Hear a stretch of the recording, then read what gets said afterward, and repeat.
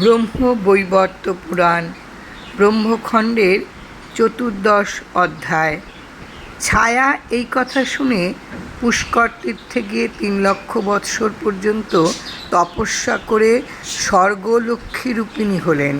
তিনি কালক্রমে তপবলে যজ্ঞকুণ্ড হতে উদ্ভূত হয়ে পাণ্ডব রমণী দ্রুপদ কন্যা দ্রৌপদী রূপে খ্যাত হয়েছেন।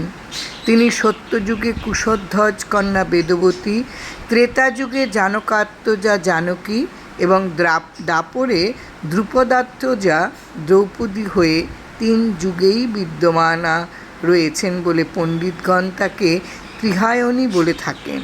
নারদ বললেন, হে সন্দেহভঞ্জন মুনিশ্রেষ্ঠ, সেই দ্রৌপদী কী করে পঞ্চপতি প্রাপ্ত হলেন তা বলে আমার সন্দেহ ভঞ্জন করুন। নারায়ণ ঋষি বললেন, যখন প্রকৃত সীতা লঙ্কাতে রামকে ফিরে পেলেন, তখন নবযৌবন সম্পন্না ছায়া সীতা চিন্তিত হয়ে বহ্নি ও রামের আজ্ঞা অনুসারে শঙ্করের আরাধনা করে বর প্রার্থনা করলেন। তিনি বললেন, হে ত্রিলোচন, আমি পতিহীনা, আমাকে পতি প্রদান করো।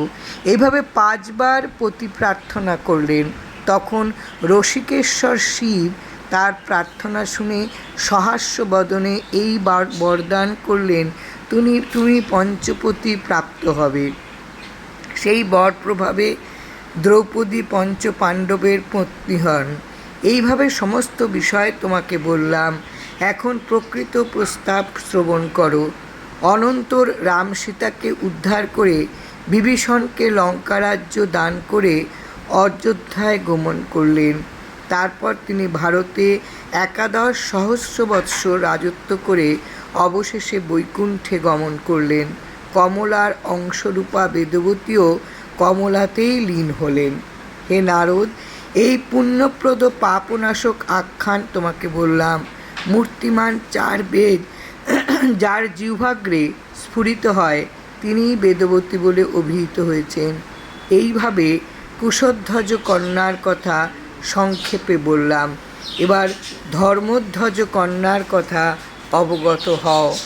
জয় রাম, জয় রাম। গুরু কৃপাহি কেবলম। কালকে ধর্মধ্বজ কন্যার কথা বলার চেষ্টা করব।